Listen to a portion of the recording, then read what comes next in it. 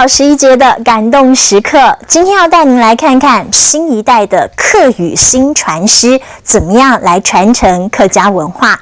今天镜头记录的主人翁叫做叶仁伟，16岁，他通过了客家歌谣类的客语新传师，而现在呢是台南艺术大学的学生。那么叶仁伟呢创作了客家流行歌曲，就是希望用朗朗上口的客家音乐，让你我都爱上客家。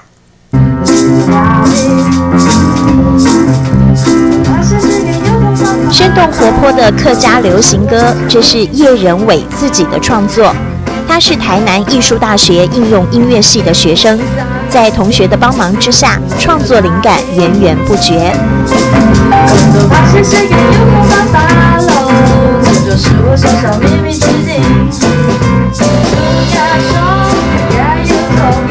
别看他年纪轻轻，16岁的时候，他就已经是台湾最年轻的歌谣类客语新传师。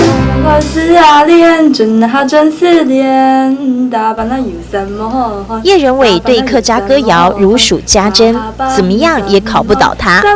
他不但得到全国客家歌谣特优的殊荣，在各项歌谣大赛当中也都是榜上有名。连全国客语演讲，他都拿过冠军。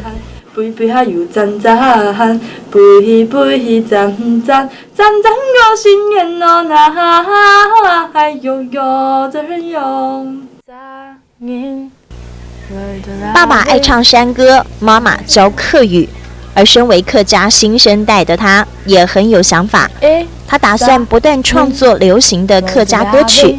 希望让大家可以从歌声中学习客家话，因为现在的年轻人可能会比较不能接受以前我们客家的传统歌谣，就是可能比较无法接受。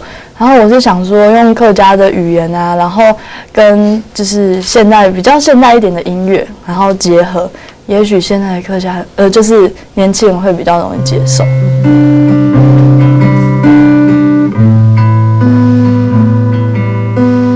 为了让客家流行歌曲更吸引大家的目光，他还召集了同学组成客家乐团，让大家更了解客家。这首歌是思念外公外婆而创作的，情感丰富，备受好评，也从此打开创作之路。